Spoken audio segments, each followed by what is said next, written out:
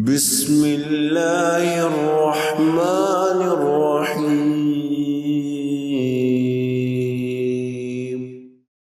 نحمده ونصلي على رسوله الكريم اعوذ باللہ من الشیطان الرجیم بسم اللہ الرحمن الرحیم رب اشرح لي صدری ویسر لي امری واحلل عقدۃ من لسانی یفقہوا قولی۔ کیا کبھی ہم نے غور کیا ہے کہ بعض اوقات انسان کے پاس سب کچھ ہونے کے باوجود دل بے چین اور غیر مطمئن کیوں رہتا ہے؟ رزق موجود ہے لیکن برکت نہیں اور ہمیں ڈپریشن کی فیلنگز آتی رہتی ہیں۔ کام تو چل رہے ہیں لیکن کاموں میں آسانی محسوس نہیں ہوتی، بہت دقتیں، بہت مشکلات جیسے پیش آ رہی ہوں۔ آخر وہ کیا چھپی ہوئی حقیقت ہے جو ہماری زندگیوں کو بے سکونی میں مبتلا کرتی ہے اور کیوں ہمیں ڈپریشن میں ڈالتی ہے، اور اللہ تعالیٰ کی تمام نعمتیں ہونے کے باوجود کیوں ہم دل سے مطمئن اور خوش اپنی زندگی میں نہیں ہوتے؟ آج کے اس سیشن میں ہم قرآن اور سنت سے، یعنی حضور اکرم صلی اللہ علیہ وآلہ وسلم کی احادیث سے اس سوال کا جواب ایکسپلور کرنے کی کوشش کریں گے۔ حقیقت یہ ہے کہ اللہ تعالیٰ کی نافرمانیاں اور گناہ، اور چاہے وہ چھوٹی نافرمانیاں ہیں یا بڑی نافرمانیاں ہیں، بعض اوقات ہم بعض غلط کاموں کو یہ سوچ کے یا اللہ تعالیٰ کی نافرمانیوں کو یہ سوچ کے نظر انداز کر دیتے ہیں اور کرتے رہتے ہیں کہ یہ تو چھوٹی نافرمانیاں ہیں، جبکہ آپ صلی اللہ علیہ وسلم اماں عائشہ رضی اللہ تعالیٰ عنہا کو مخاطب کر کے فرماتے ہیں، اے عائشہ، چھوٹی چھوٹی نافرمانیوں سے بھی بچو، ان کا بھی حساب لیا جائے گا۔ مثال کے طور پر چھوٹی چھوٹی نافرمانیاں کیا ہیں؟ گاڑی غلط جگہ پہ پارک کر دی جس سے دوسروں کو تنگی ہو رہی ہے،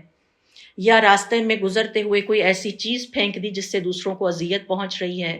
تو ہم سمجھتے ہیں کہ یہ بہت چھوٹی چھوٹی نافرمانیاں ہیں، کیونکہ ہمارے نزدیک غیبت کبیرہ گناہ ہے، جھوٹ بولنا کبیرہ گناہ ہے، تو ہم ان چھوٹی چھوٹی نافرمانیوں کو وہ اہمیت نہیں دیتے اور ہم نہیں سمجھتے کہ ان کا بھی حساب ہوگا اور ان کے بھی ہماری زندگی پر اثرات مرتب ہوں گے، اور ہماری آخرت پر بھی، جو کہ ہمیشہ کی زندگی ہے، اس کا اثر وہاں بھی نظر آئے گا۔ اسی طرح مثال کے طور پر آفس کی بجلی سے ہم اپنا موبائل فون چارج کر لیتے ہیں، حالانکہ آفس سے ہمیں جو الاؤنسز اور جتنی سیلری الاؤ ہے اس کے علاوہ ہمیں وہاں سے کچھ نہیں لینا چاہیے، یا یہ کہ لائبریری سے کتاب ایشو کرائی تو وقت پہ واپس ہی نہیں کرنی، پرواہ ہی نہیں ہے، 15 دن کے لیے لی تھی، مہینے 2 مہینے پاس رہی یا 6 مہینے رہی تو اس کو وقت پہ واپس ہی نہیں کیا، یا کیا ہی نہیں، رکھ لی وہ، یا پھر کیا تو اس کو درمیان سے پیجز کاٹ کے ریلیونٹ پیپرز نکال کے واپس کیا کہ یہ میرے کام کی ہے، اور باقی کی کتابیں یہ ہم لائبریری کو واپس 6 مہینے بعد کر دیتے ہیں۔ تو یہ جو گناہ ہیں اور یہ جو اللہ تعالیٰ کی نافرمانیاں ہیں، چاہے وہ چھوٹی ہیں چاہے وہ بڑی ہیں، ان کا ہماری زندگی پر بڑا گہرا اثر مرتب ہوتا ہے، اور آخرت پہ بھی اس کا بڑا گہرا اثر مرتب ہوتا ہے، اور آج ہم اس کو قرآن کریم کی روشنی میں اور حدیث کی روشنی میں سیکھیں گے۔ حضرت عمر رضی اللہ تعالیٰ عنہ فرمایا کرتے تھے، گناہوں سے بچو، یہ تمہارے دشمن ہیں۔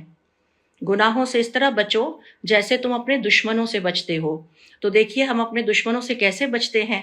بس اس سے آپ اندازہ لگا لیجئے، کیونکہ یہ گناہ ہمارا نقصان کرتے ہیں۔ تو آئیے ذرا تفصیل کے ساتھ چند مثالیں قرآن کریم سے پک کرتے ہیں اور دیکھتے ہیں کہ حضرت عمر رضی اللہ تعالیٰ عنہ نے یہ بات کیوں کہی۔ ایک اور صحابی کہتے ہیں کہ اگر تمہیں ٹھوکر بھی لگی ہے تو وہ تمہارے اپنے ہی کسی گناہ، کسی غلطی کی وجہ سے لگی ہے،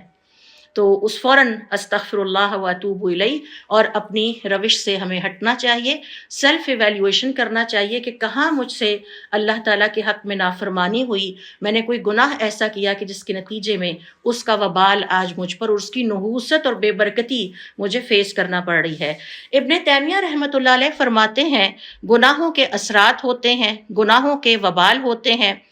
اور گناہوں کے وبال میں یہ چیز شامل ہے کہ چھپے ہوئے گناہوں کے وبال چھپے ہوئے ہوتے ہیں، اور مثال کے طور پر غم اور ڈپریشن وغیرہ جو کسی کو نظر نہیں آ رہا لیکن ہم اس سے گزر رہے ہیں، کوئی ایسا چھپا ہوا گناہ ہم سے ہوا تھا، کوئی غلطی کا ارتکاب ہم نے کیا کہ جس کے نتیجے میں آج ہم اس وبال کا شکار ہیں، اور جو بظاہر کیے جاتے ہیں ان کا پھر بظاہر یا علل اعلان نظر آتا ہے۔ تو آئیے قرآن کریم سے ہم ذرا پہلی مثال پک کرتے ہیں۔ قرآن کریم کا جب ہم مطالعہ شروع کرتے ہیں تو سب سے پہلے ہمیں اللہ تعالیٰ کی جس نافرمانی کے بارے میں ہم پڑھتے ہیں وہ ہے ابلیس کا آدم علیہ السلام سے حسد کرنا۔ واقعہ آپ سب جانتے ہیں کہ جب اللہ تعالیٰ نے ابلیس کو حکم دیا کہ وہ حضرت آدم علیہ السلام کو سجدہ کرے تو اس نے انکار کر دیا، اور اس کا یہ انکار تکبر کی وجہ سے تھا۔ اللہ تعالیٰ کا حکم نہ ماننا شیطانی صفت ہے، ابلیسی صفت ہے، یہ ایمان والوں کی، اللہ تعالیٰ کے فرما برداروں کی صفت نہیں ہے، یہ ان کی کوالٹی نہیں ہے۔ اور جب اس نے انکار کر دیا تو اس کے نتیجے میں بہت سے جو ہے وبال یا اس کی نحوست شیطان کو فیس کرنا پڑی۔ آئیے دیکھتے ہیں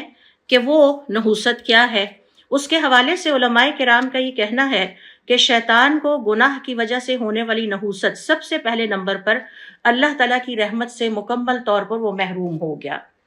اور یہ صرف شیطان ہی کے حق میں بات صادق نہیں آتی، ہم میں سے کوئی بھی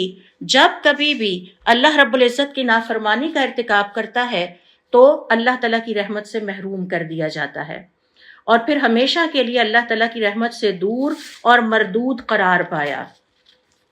ابدی لعنت یعنی کہ ہمیشہ کے لیے اٹرنل پنشمنٹ یا ہمیشہ کی رہنے والی لعنت اس کا مقدر بنی، اس پر قیامت تک، اور اس کے بعد اللہ کی لعنت قائم ہو گئی۔ پھر جنت سے ہمیشہ کے لیے اس کو نکال دیا گیا، پہلے بھی وہ وہاں تھا۔ ابدی ذلت اور رسوائی، ہمیشہ کے لیے ذلیل اور خوار ہو کر رہ گیا، کیونکہ اصل عزت اور ذلت اللہ کے ہاتھ میں ہے، اور اصل عزت وہ ہے جو اللہ تعالیٰ عطا کرے، اور ذلت وہ ہے جو اللہ تعالیٰ کی طرف سے کسی کا مقدر بنے۔ اور پھر شیطان کو انسانی دشمن قرار دیا گیا، اور اس کا کام ہی گمراہ کرنا ٹھہرایا گیا، یعنی اسے سورس آف ایول ڈکلیئر کر دیا گیا۔ اس حد تک وہ اللہ تعالیٰ کو ناپسندیدہ ٹھہرا، اور اس حد تک وہ اللہ تعالیٰ اس پر ناراض ہوئے۔ اور ہم سورۃ الفاتحہ میں دعا کرتے ہیں، اہدنا الصراط المستقیم صراط الذین انعمت علیہم، اے اللہ تعالیٰ ہمیں ان لوگوں کا راستہ دکھا دیجئے جن پر آپ کا انعام ہوا، غیر المغضوب علیہم، ان کا نہیں جن پر تیرا غضب ہوا۔ تو جن پر اللہ تعالیٰ کا غضب ہوا ان میں ٹاپ پہ سب سے پہلے شیطان کا نام آتا ہے،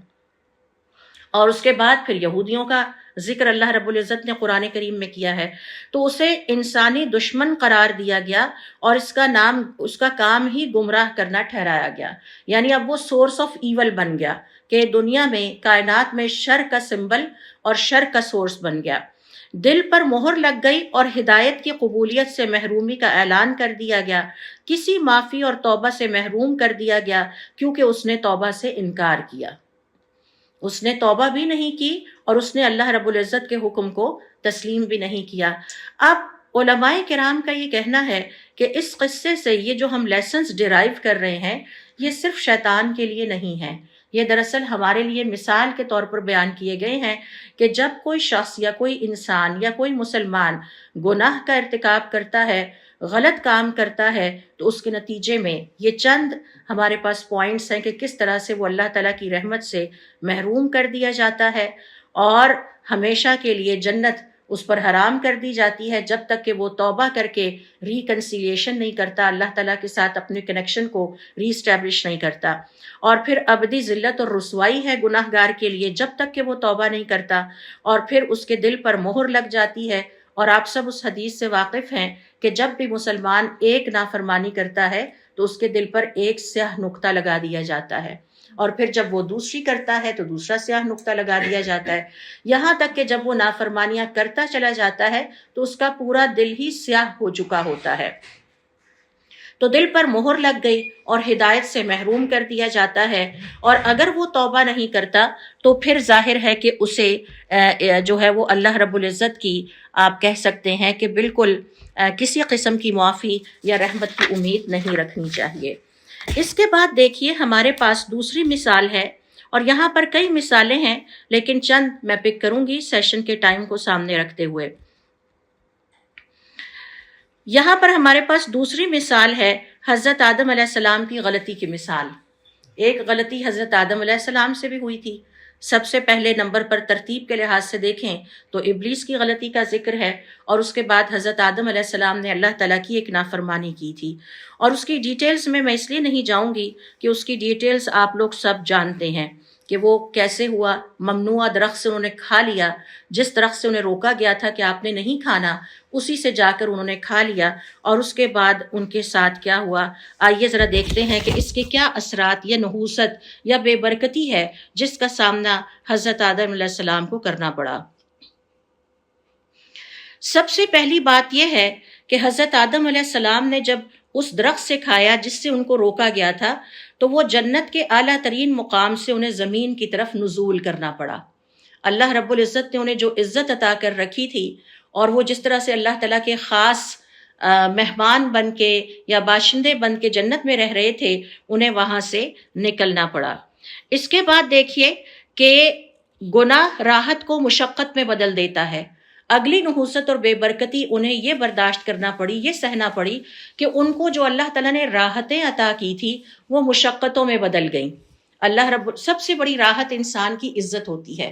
اور اگر اس سے عزت چھین لی جائے تو وہ مشقت میں پڑ جاتا ہے، مشکلات کا شکار ہونے لگتا ہے، اور پھر آپ سب جانتے ہیں کہ جنت میں انہیں کیسی زندگی مل رہی تھی، اور وہ جنت کی ان تمام نعمتوں سے محروم کر دیے گئے۔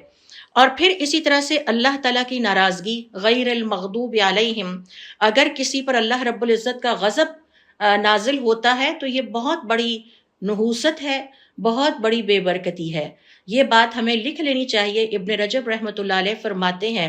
کہ برکت اور آسانیاں اور خوشیاں اور راحتیں اللہ تعالیٰ کی فرما برداری میں ہے، اور اللہ تعالیٰ کی نافرمانی میں بے برکتی ہے، نحوست ہے، غم اور ڈپریشن ہے، اور قلق اور اضطراب ہے۔ یہ ہمارے گناہوں کی وجہ سے ہم پر مسلط ہوتا ہے۔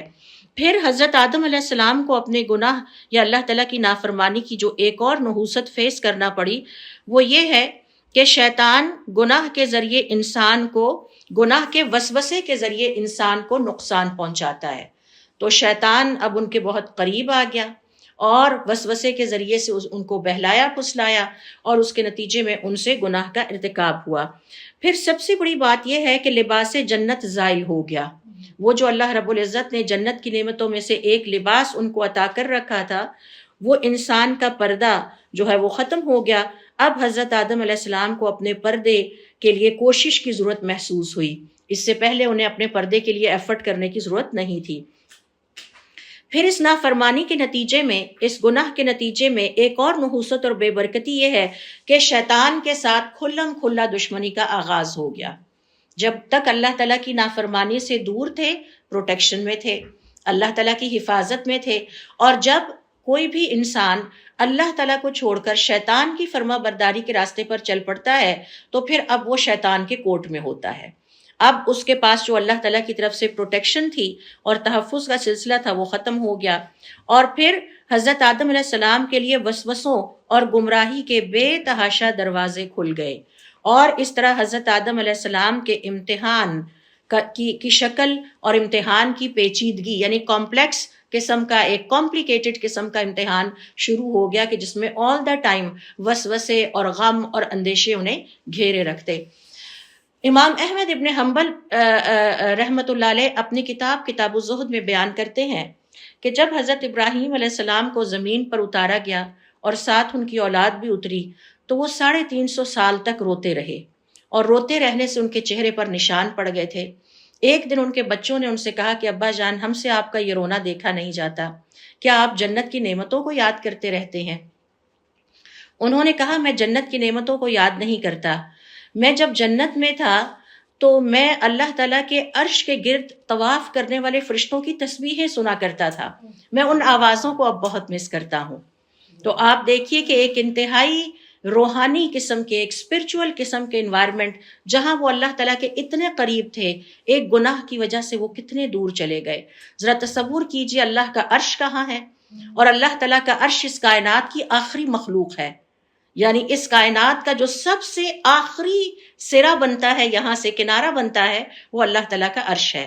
اور اللہ تعالیٰ کا عرش اس کائنات کی سب سے عظیم ترین، یعنی جسامت میں، والیوم میں سب سے عظیم ترین مخلوق ہے۔ تو حضرت آدم علیہ السلام اتنے اپنے رب کے قریب تھے کہ آپ وہاں پر جو انجوائے چیزیں کیا کرتے تھے ان میں سے ایک یہ بھی تھا کہ اللہ تعالیٰ کے عرش کے گرد جو فرشتے طواف کرتے ہیں ان کی تسبیح کو سنا کرتے تھے، اور جب وہ تسبیح آپ نہیں سن پائے تو آپ اداس رہنے لگے، پریشان رہنے لگے، بلکہ روتے رہے، یا اور 350 سال تک روتے رہے اپنی اس غلطی پر کہ مجھ سے کاش یہ غلطی نہ ہوئی ہوتی تو میں وہ جنت کی جو نعمتیں میرے پاس تھی آج وہ مجھ سے نہ چھنتی۔ اور پھر جب بچوں نے پوچھا تو انہوں نے اس کی وجہ بھی بیان کر دی۔ تو اسی طرح سے علماء کرام کا یہ کہنا ہے کہ جب حضرت آدم علیہ السلام سے اللہ تعالیٰ کی یہ نافرمانی ہوئی اور اس غلطی کا ارتکاب ہوا تو اس کے نتیجے میں بھوک، پیاس اور دیگر جسمانی تکالیف سے بھی واسطہ پڑا۔ اس سے پہلے ان کی صحت بھی اچھی تھی، اس سے پہلے انہیں لباس کی بھی فکر نہیں تھی، اس سے پہلے انہیں زمین کو کھود کے گندم اگانے کی فکر بھی نہیں تھی، اور پھر اس گندم کا خیال رکھنا اور اسے پکانا اور پھر اس کو بعد میں، یعنی یہ ساری مشقتیں اس سے پہلے نہیں تھی۔ ابن کثیر اپنی کتاب تاریخ الانبیاء میں لکھتے ہیں کہ جب حضرت آدم علیہ السلام کو زمین پر اتارا گیا تو اب انہیں فکر لگی کہ میں کھاؤں گا کیا، تو اللہ رب العزت نے حضرت جبرائیل علیہ السلام کے ہاتھ جنت سے ایک گندم کا دانہ اور گندم کا پودا بھیجا، اور انہوں نے آ کے ان کو وہ پودا بھی لگا کے دیا اور دانہ بھی سکھایا کہ آپ نے ایسے زمین کاشت کرنی ہے اور پھر اس سے جو ہے وہ آپ کی غذا نکلے گی، پھر آپ نے اس کو اس طرح سے صفائی کرنا ہے، اور پھر ان کی جو زوجہ تھی ان کو سکھایا کہ آپ نے اماں حوا کو کہ کس طرح سے اس کو پیسنا ہے اور پکانا ہے اور اس سے آپ نے اپنی بھوک کو مٹانا ہے۔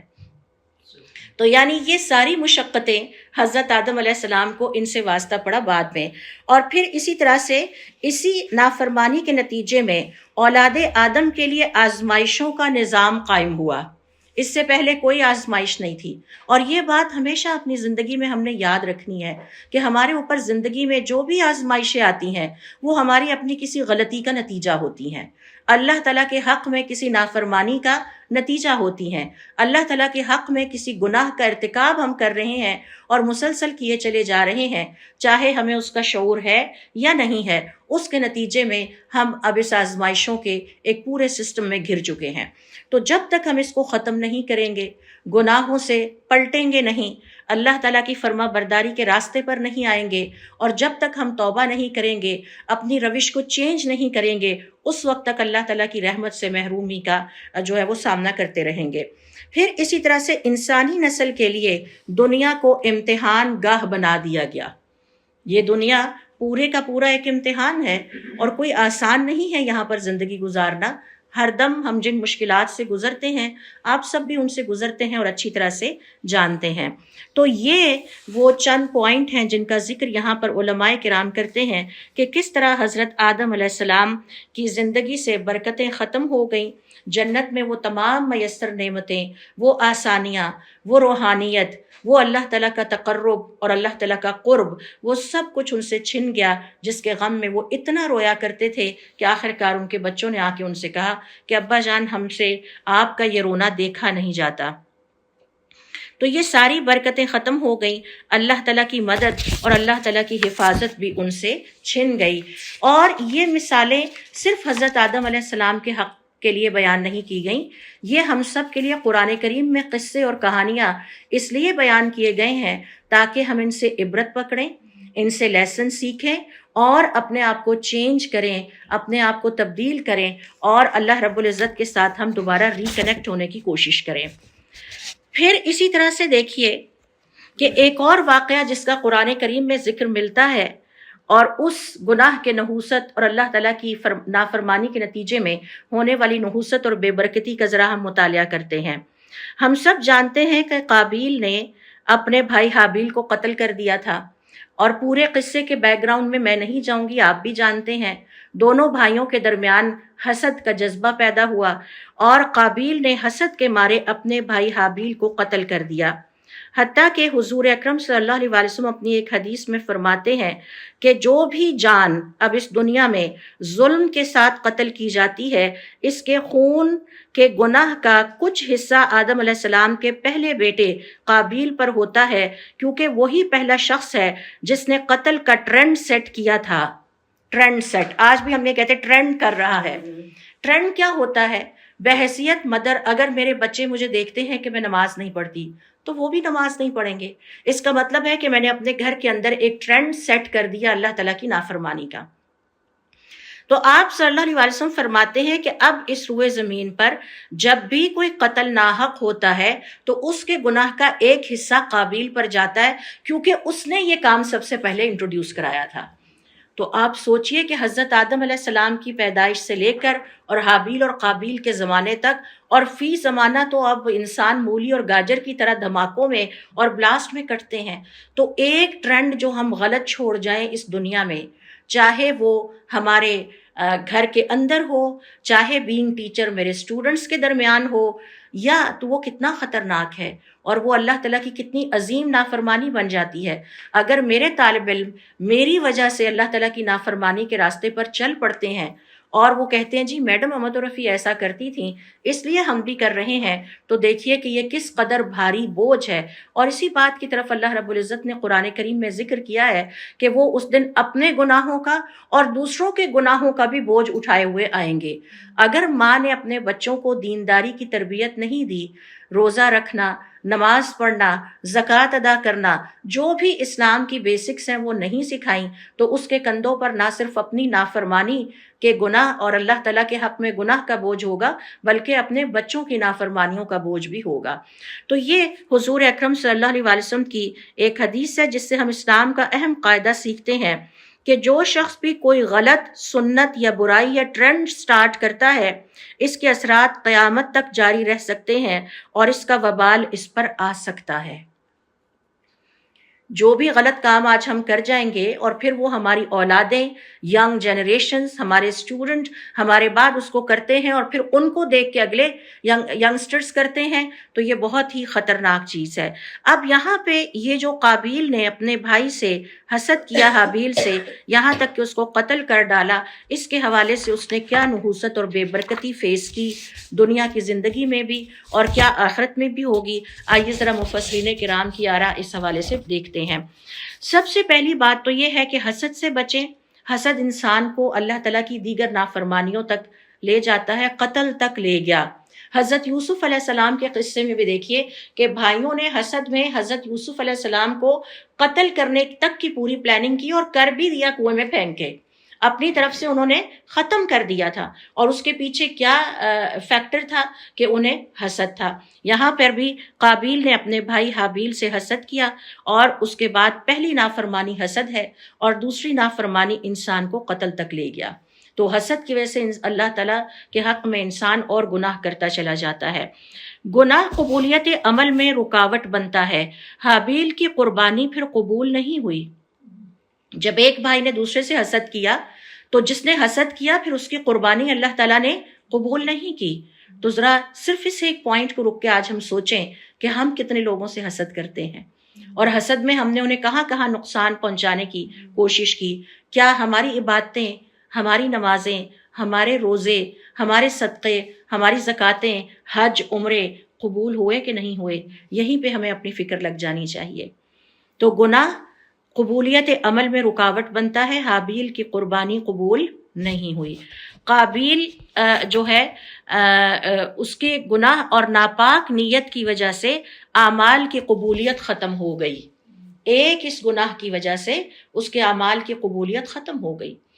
کیونکہ اس نے حسد میں اپنے بھائی کو قتل کر ڈالا، پھر اس کی قربانی کو اللہ تعالیٰ نے قبول نہیں کیا کیونکہ وہ ناپاک نیت رکھتا تھا اپنے بھائی کے لیے۔ تو کیا ہم بھی کہیں ایسی نیتیں تو نہیں اپنے ذہن میں سمائے ہوئے، دل اور دماغ میں، کہ جس میں دوسروں کو نقصان پہنچانے، ان کی تکلیف پر خوش ہونے کی نیت ہو، یا ان کا مذاق اڑانے والی نیت ہو، ان کو انسلٹ کرنے کی نیت ہے؟ تو یہ ساری ناپاک نیتیں ہیں، اور یہ بات ہمیں یاد کر لینی چاہیے کہ نیت بھی عمل ہوتی ہے، انٹینشنز بھی جو ہیں وہ ڈیڈز ہیں۔ ہماری نیت اچھی ہے یا ہماری نیت بری ہے، سب اللہ رب العزت کو اس کا علم ہے۔ گناہ انسان کو اندھا کر دیتا ہے۔ قابیل کو نہ بھائی کی محبت محسوس ہوئی، جب اس کے دل میں حسد آیا اور اس نے اپنے بھائی کو قتل کرنے کا، اس کا مرڈر کرنے کا سوچ لیا، تو اس وقت وہ اتنا اندھا اور پاگل ہو گیا تھا اس گناہ کے چکر میں کہ نہ بھائی کی محبت محسوس ہوئی، نہ اسے اللہ تعالیٰ کا خوف محسوس ہوا، اور بصیرت بھی ختم ہو گئی۔ ایک عقل مند انسان جو اپنے سینسز میں ہو، وہ کبھی زندگی میں ایسا فیصلہ نہیں کر سکتا کہ وہ کسی کی جان لے لے۔ اور ایک عقل مند انسان، اسی ہم سینٹنس اور کنکلوژن کو ذرا پیچھے لے آئیں، ایک عقل مند اور سینسیبل انسان کبھی بھی اللہ تعالیٰ کو چیلنج کرنے والا نہیں ہو سکتا۔ یہ اللہ تعالیٰ کے ساتھ بے ادبی ہے۔ اللہ تعالیٰ کے ساتھ ادب یہ ہے کہ ہم عاجز رہیں، ہمبل رہیں، سر آنکھوں پر والا ہمارا ایٹیچیوڈ ہو، ہمیں سمجھ آئے نہ آئے ہم کہیں یہ اللہ کا حکم ہے، میں نے اس کو ایسے ہی کرنا ہے، مجھے سمجھ میں آتا ہے یا نہیں آتا، میں تو ایسے ہی کروں گی۔ تو اللہ ایک سینسیبل انسان، ایک عقل مند انسان، ایک وائز انسان کبھی بھی زندگی میں اللہ تعالیٰ کو ناراض نہیں کر سکتا، کیونکہ اسے زندگی میں بھی اللہ کی ضرورت ہے، آخرت میں بھی اللہ کی ضرورت ہے، اور آخرت میں تو اللہ نے ہی ہمارے ساتھ رہ جانا ہے، باقی سب تو اسے روئے زمین پر رہ جائیں گے۔ اور پھر اسی طرح سے دیکھیے، علماء کرام کا یہ کہنا ہے کہ گناہ انسان کو ذلت میں مبتلا کر دیتا ہے۔ ایک کوے سے بھائی کو سیکھنا پڑا کہ اب وہ اپنے بھائی کی لاش کو کیسے چھپائے۔ آپ اشرف المخلوقات ہیں، آپ کو اتنا بھی نہیں پتا کہ اب بھائی کی لاش کو کیسے چھپانا ہے، اور پھر اللہ رب العزت نے ایک کوا بھیجا اور سکھایا کہ اب آپ اپنے بھائی کی لاش کو کیسے چھپائیں۔ اور پھر گناہ معاشرے میں فساد پھیلاتا ہے۔ ایک گناہ پورے معاشرے کو متاثر کر دیتا ہے۔ ایک بندہ اگر آج سوشل میڈیا پہ کھڑا ہو کے اللہ تعالیٰ کی نافرمانی کرتا ہے، تمام دیکھنے والے اس کی نافرمانی کے رستے پر چل پڑیں گے۔ ایک استاد اگر کوئی نافرمانی کلاس روم کے اندر کرتا ہے، تمام اسٹوڈنٹ، فار ایگزامپل میرے پاس ایک کلاس میں 60 اسٹوڈنٹس ہوتے ہیں، اور وہ کہیں گے کہ جب میڈم نے یہ کیا ہے تو ہم کیوں نہ کریں۔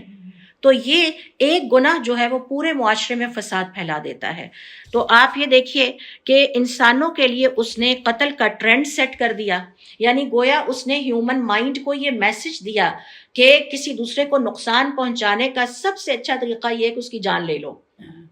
اور اس سے سارے ایجوکیٹ ہوئے بعد میں کہ اچھا جو ایول مائنڈڈ لوگ ہوتے ہیں وہ اس طرح کی چیزوں کو بہت نوٹ کرتے ہیں کہ اچھا اگر آپ کو کوئی اچھا نہیں لگتا یا کوئی آپ سے آگے نکل رہا ہے کسی بھی شکل میں تو آپ اس کی جان تک لے لیں۔ تو اس نے ایک ٹرینڈ سیٹ کیا، دوسروں کے لیے مثال بن گیا، اور پھر گناہ کا بوجھ بڑھتا رہتا ہے، کیونکہ آپ صلی اللہ علیہ وسلم کی حدیث ہے، اس روئے زمین پر ہر ناحق قتل کا ایک حصے کا وبال قابیل کی گردن پہ جاتا ہے۔ تو اس وقت سے لے کے آج تک، اور میں بحیثیت ماں اگر گھر کے اندر ایک ٹرینڈ سیٹ کرتی ہوں غلط، تو میرے جانے کے بعد میرے 5 عدد بچے اور پھر ان کے بچے اور پھر وہ ان سے سیکھیں گے، اور کرتے کرتے آپ دیکھیے کہ اس کا وبال کتنا زیادہ ہوتا چلا جاتا ہے۔ تو یہ ہے گناہوں کی نحوست اور بے برکتی کی مثالیں۔ گناہ انسان کو اللہ تعالیٰ کی رحمت سے دور کر دیتا ہے۔ قابیل اللہ تعالیٰ کی رحمت سے، اللہ تعالیٰ کی قربت سے، اللہ تعالیٰ کی پسندیدگی سے محروم ہو گیا۔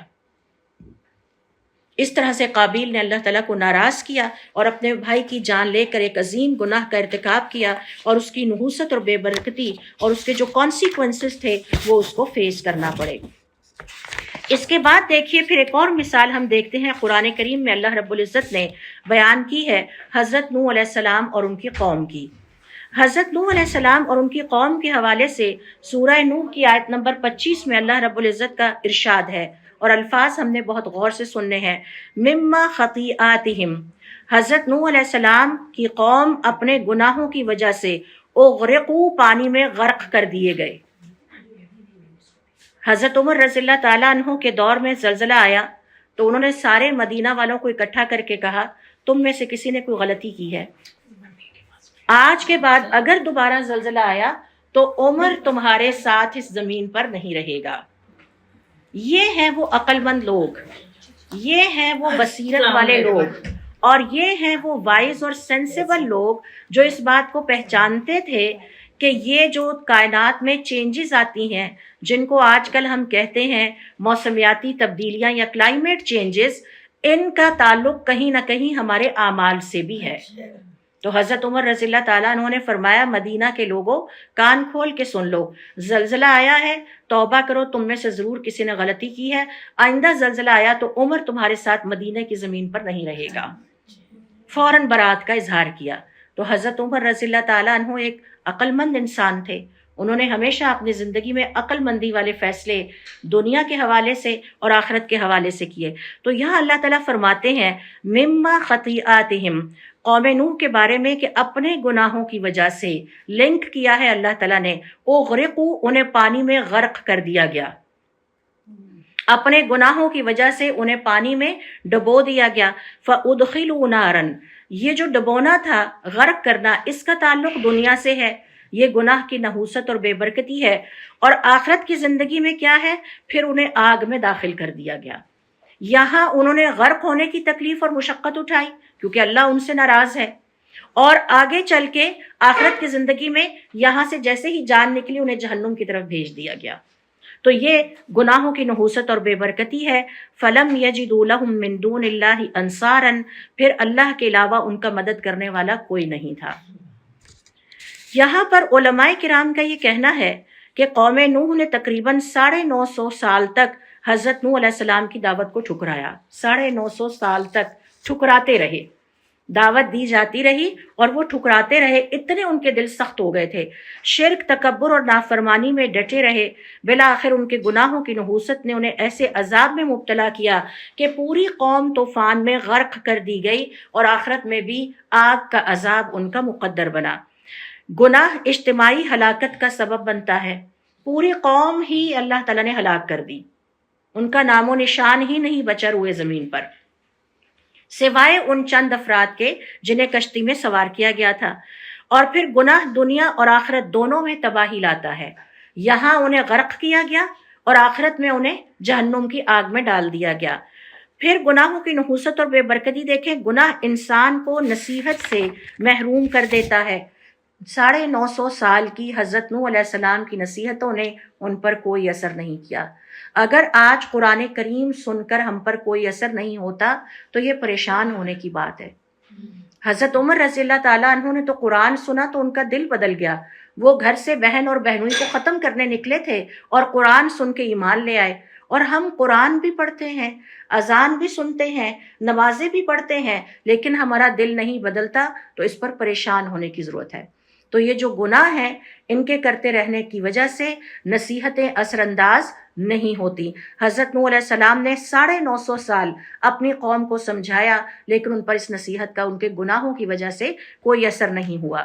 گناہ دل کو سخت کر دیتا ہے، بار بار سمجھانے کے باوجود بھی وہ قوم نہیں مانی، اور پھر گناہ اللہ تعالیٰ کی مدد سے محروم کر دیتا ہے۔ اگر اللہ تعالیٰ کسی کی مدد نہ کرے تو پھر اس کائنات میں کوئی طاقت ایسی نہیں ہے جو کہ انسان کی مدد کر سکتی ہے۔ یہی وجہ ہے کہ جب ان کا آخری اور برا وقت آیا تو انہیں کوئی بھی مددگار نہیں ملا، نہ انہیں کوئی غرق ہونے سے بچا سکا، نہ انہیں کوئی جہنم کی آگ سے بچا سکا۔ گناہ تکبر کو جنم دیتا ہے،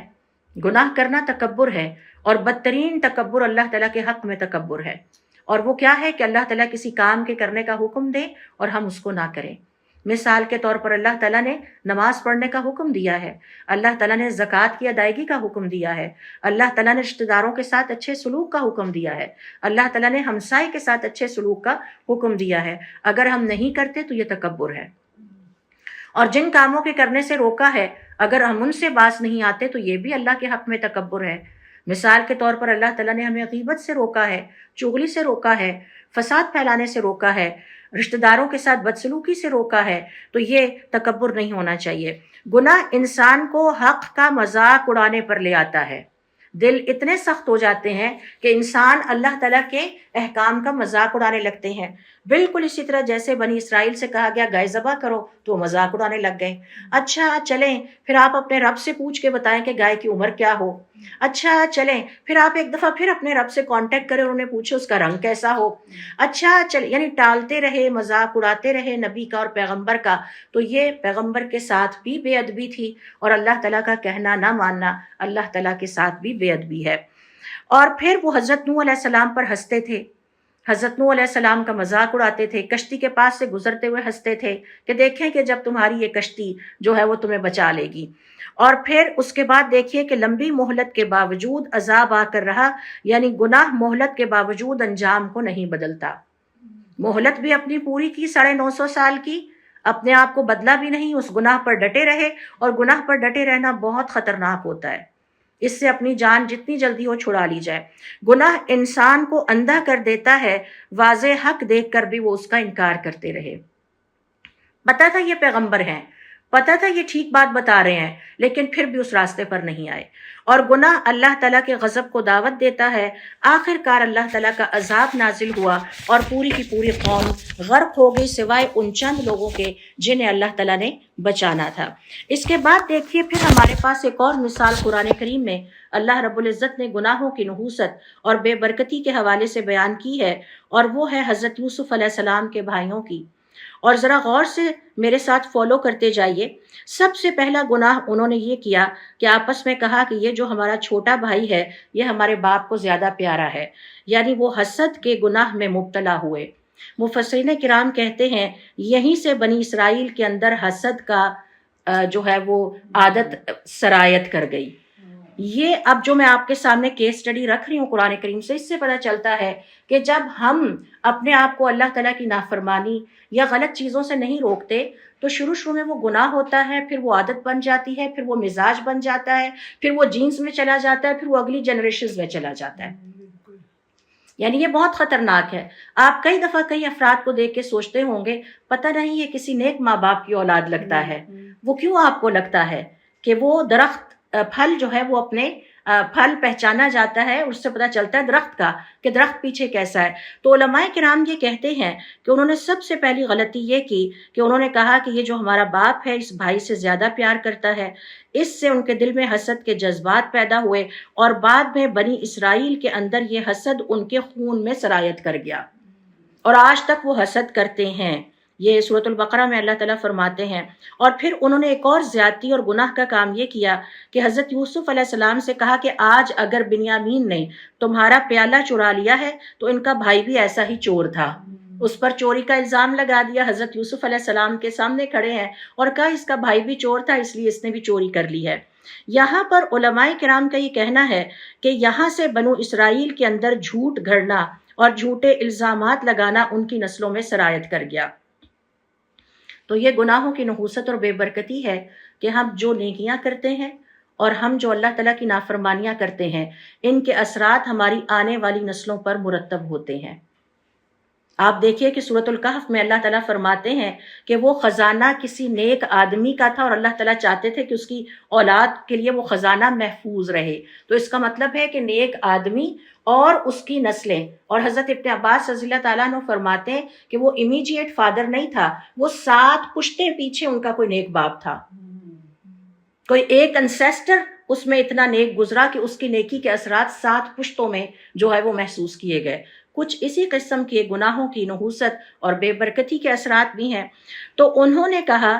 کہ اگلی غلطی یہ کی کہ آپس میں سازش تیار کی کہ یوسف علیہ السلام کو قتل کر ڈالو، اور یہاں ان کے گناہ کی نحوست یہ ہے کہ اس کے نتیجے میں ان کے اندر ہرس پیدا ہوئی کہ وہ اپنے پرسنل انٹرسٹ کے لیے کام کریں، چاہے وہ حرام طریقے سے ہی کیوں نہ ہو، اور یہ چیز بعد میں بنی اسرائیل میں بھی، یہودیوں میں بھی نظر آتی ہے۔ اور پھر اسی طرح سے انہوں نے کہا کہ ہم اپنے بھائی کی حفاظت کریں گے، اس کے نتیجے میں ہمیں ایک جانور کا غلہ زیادہ ملے گا، باپ کو کہہ کے نکلے۔ اس سے علماء کرام کہتے ہیں کہ ان کے اندر، یہودیوں کے اندر مال کی محبت پیدا ہونے کے بیج شروع ہوئے، آغاز ہوا، اور یہ چیز ان کی آنے والی نسلوں میں بنی اسرائیل میں سرایت کر گئی، اور اس طرح سے یہ وہ بری صفات تھیں اور یہ وہ گناہ تھے، ان کی نحوست اور بے برکتی تھی جو کہ بنی اسرائیل کی نسل میں چلی، پھر وہ مصر میں رہے، اور اس کی بے برکتی اور نحوست یہ تھی کہ انہیں فرعون کی شدید ترین ڈکٹیٹرشپ اور فرعون کے شدید ترین عذاب برداشت کرنے پڑے۔ انسانوں کے گناہوں کی نحوست اور بے برکتی کی شکل ایک یہ ہے کہ ان پر ظالم حکمران مسلط کر دیے جائیں، یہ بھی انسانوں کے اپنے گناہوں کا وبال ہوتا ہے۔ پھر فرعون نے یہودیوں کو بہت ستایا، ان کو رسوا کیا، ان کے بیٹوں کو ذبح کر دیتا اور ان کی خواتین کو زندہ رہنے دیتا، یہ ان کے گناہوں کی نحوست اور بے برکتی کی وجہ سے تھا، اور اللہ تعالیٰ نے اس کو تفصیل کے ساتھ سورۃ البقرہ میں جو ہے وہ بیان کیا ہے۔ پھر اس کے بعد دیکھیے علماء کرام کا کہنا ہے کہ جب اللہ تعالیٰ یہودیوں کو یعنی بنی اسرائیل کو اپنی نعمتیں یاد دلاتے ہیں تو پھر انہیں یاد دلاتے ہیں کہ میں نے کثرت سے تمہارے اندر انبیاء بھیجے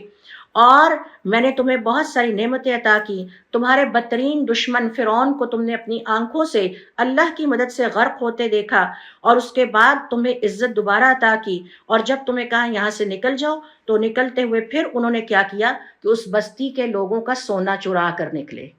باوجود اس کے کہ اللہ تعالیٰ کی اتنی مدد دیکھی، یہ گناہوں کی نحوست اور بے برکتی ہے کہ انسان حق کو دیکھے لیکن اپنے آپ کو سدھار نہ سکے، اللہ تعالیٰ کے رستے پر اور فرما برداری پہ واپس نہ آ سکے۔ اور پھر بھی انہوں نے مصریوں کے سونا بھی چرایا، ان کا مال بھی چرایا، کیونکہ ان کے دلوں میں مال کی محبت راسخ ہو چکی تھی۔ اور پھر جب حضرت موسیٰ علیہ السلام اللہ تعالیٰ سے ملاقات کرنے گئے تو انہوں نے اسی چرائے ہوئے سونے سے بچڑا بنایا، اسی جیولری کو اکٹھا کیا، اور پھر شرک میں بھی مبتلا ہوئے، اور پھر اس طرح سے اللہ رب العزت کے غضب کو انہوں نے دعوت دی۔ اور آج بھی علماء کرام اور مفسرین کرام کا ہی کہنا ہے کہ دنیا میں سب سے زیادہ سرمایہ رکھنے والے، سب سے زیادہ ذخیرہ اندوزی کرنے والے، سب سے زیادہ مال دنیا کے وسائل کا لالچ رکھنے والے یہودی ہی ہیں۔ اس وقت دنیا کی 75% دولت ان کے قابو میں ہے، اور باقی 25% پہ پوری دنیا کا نظام اور معیشت چل رہی ہے۔ اور یہ تاک کہ آج بھی ہر اس ملک میں جنگ کراتے ہیں جہاں ریسورسز ہوتے ہیں، چاہے وہ عراق ہے، چاہے وہ ایران ہے، چاہے وہ سعودی عرب ہے، جہاں انہیں ریسورسز نظر آئیں وہ وہاں پر پہنچ جاتے ہیں، اور اس کے لیے چاہے جو مرضی بہانے بنائے۔ بہرحال یہ تھی وہ چند مثالیں کہ جس سے پتہ چلتا ہے کہ کس طرح سے گناہوں کی نحوست اور بے برکتی انسان کی دنیا کو بھی تباہ کرتی ہے اور انسان کی آخرت کو بھی تباہ کرتی ہے۔ یہودیوں ہی کے حوالے سے ایک اور مثال آخر میں چلتے ہوئے شیئر کروں گی کہ اللہ تعالیٰ کی نعمتوں میں سے ایک نعمت یہ تھی کہ انہیں من اور سلوہ عطا کیا جاتا تھا، اور یہ جنت کے کھانوں میں سے ایک کھانا تھا اور جنت کا خوان تھا۔ علماء کرام کا یہ کہنا ہے کہ یہ اتنا شاندار کھانا تھا کہ یہ کمپلیٹ میل تھا، یعنی جس میں ان کے جسم کی ہر ضرورت پوری ہوتی تھی، اس میں پروٹین بھی تھی، اس میں باقی نیوٹریشن بھی جو چاہیے ہوتی وہ پائی جاتی تھی۔ اور پھر چونکہ یہ جنت کا کھانا تھا، دیکھنے میں بہت خوبصورت تھا اور ذائقہ اتنا شاندار تھا کہ اس کو کھانے والا کبھی بھی اکتاتا نہیں تھا، یعنی بوریت کا شکار نہیں ہوتا تھا۔ جنت میں تو بوریت نہیں ہوگی، نہ ہی جنت کی کسی چیز کا بوریت کے ساتھ تعلق ہوگا، لیکن اللہ تعالیٰ کی نعمتوں کی ناشکری اور حکم الہی کی مخالفت، من و سلوہ کے نظام میں انہوں نے تبدیلی کی خواہش کی اور بے صبری کا مظاہرہ کیا۔ ان کا مزاج ہے قرآن کریم کے مطابق یہ کہ ہمیشہ نعمتوں کی ناشکری کرتے ہیں، ایک ہی کھانے پر انہوں نے اکتفا نہیں کیا، وہ زمین کی غذا کی ضد کرنا شروع کر دی اور اللہ تعالیٰ کے حکم پر اعتراض کیا۔ بنی اسرائیل کی ناشکری، ضد اور ان کے اللہ تعالیٰ کے حکم کی نافرمانی کی وجہ سے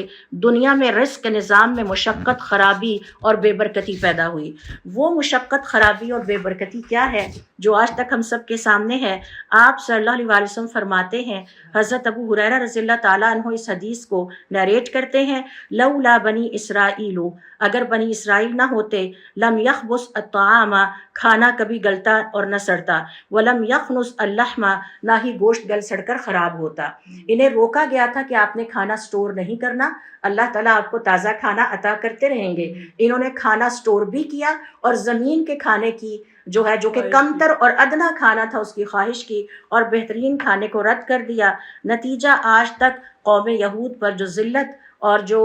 نحوست اور بے برکتی مسلط ہے وہ آپ سب لوگ دیکھ سکتے ہیں، کیونکہ وہ اللہ تعالیٰ کی رحمت، اللہ تعالیٰ کی حفاظت، اللہ تعالیٰ کی تحفظ سے محروم ہو گئے، اور آج تک وہ اپنے گناہوں کی نحوست اور بے برکتی کو فیس کر رہے ہیں۔ اللہ رب العزت سے دعا ہے کہ اللہ تعالیٰ ہمیں اپنے اصلاح کی توفیق عطا فرمائے، گناہوں کو اپنی زندگی سے نکال دینے کی توفیق عطا فرمائے، کیونکہ کوئی عقل مند انسان کبھی یہ فیصلہ نہیں کر سکتا کہ وہ اللہ تعالیٰ کو ناراض کرے گا۔ بلکہ اللہ کو راضی کرنا ہماری زندگی کا سب سے بڑا مقصد ہونا چاہیے، اور ایسے نیک عمل ہم کریں، اللہ تعالیٰ ہمیں توفیق دیں کہ جن سے ہمارا رب راضی ہو جائے، اور خاص طور پر اس دنیا سے جانے سے پہلے ہمیں موت سے پہلے موت کی تیاری کی توفیق عطا فرمائے۔ سبحانک اللہم و بحمدک، اشہد ان لا الہ الا انت، استغفرک و اتوب الیک۔